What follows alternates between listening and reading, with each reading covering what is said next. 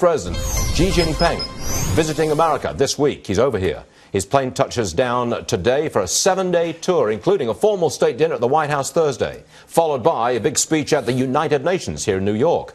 The author of the book, Coming Collapse of China, Gordon Chang, is with us. Okay, China's leader is here. What does he want to get out of this 7-day tour? What's his priorities? I think there are two things. One of them is he wants legitimization. He's going to get that with a South Lawn welcoming ceremony, 21-gun salute, and that state dinner that you talked about. He wants those images beamed back to China so that the Chinese people can see that we're honoring him. The other thing, though, is he wants to recreate the China business lobby. That lobby has really been decimated in Congress because of predatory trade actions by the Chinese against them, and so they're not really carrying Beijing's water anymore. These 2 days in Seattle are the most important parts of the trip for him. Washington is not important. Right. It is these 2 days because he wants to get Bill Gates and Tim Cook and all the other people on his side.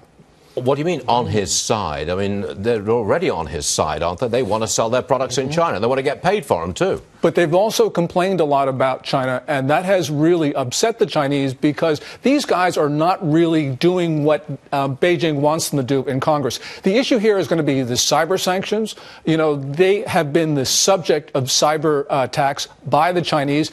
Now the Chinese want to sort of marshal them so that they will go to the White House to prevent the president from imposing these sanctions on Chinese companies. The issue here is cyber espionage for corporate purposes. But China also does censorship of its internet. So but he wants to get together with the leaders of America's high-tech companies. Right. At Microsoft's campus. That's where he is. In Seattle, yeah. And Gordon, he wants them to get together and represent China, be pro-China in Congress. And also with the White House, specifically. But why should they do that? I mean, China's been stealing their products and with the fake iPhones or fake software all over the place. And that's why the China lobby really is not as effective. It's just these companies are not carrying Beijing's water. But nonetheless, they all see big markets in China, especially Apple. And so, therefore, they are going to go some way in helping Beijing on these things. So that's what he wants as he comes here. What do we want from our side of the equation?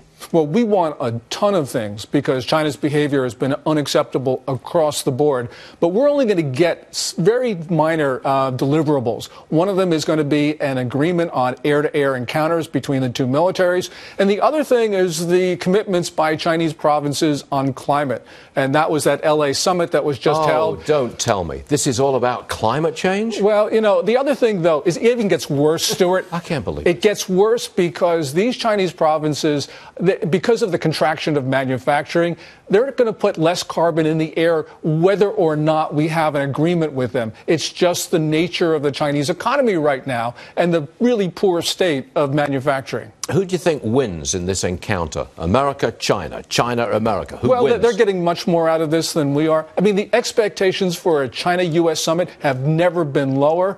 And, you know, this is just really ridiculous. We should maybe talk to these guys, but we should not be legitimizing them. And certainly we should be imposing costs on them, and we haven't been doing that. So you're in the school that says, yes, come over for a big visit, but don't do the 21-gun salute and don't do the state dinner. Correct. And we should be just giving a Big Mac if we're feeding him at all. I heard that before.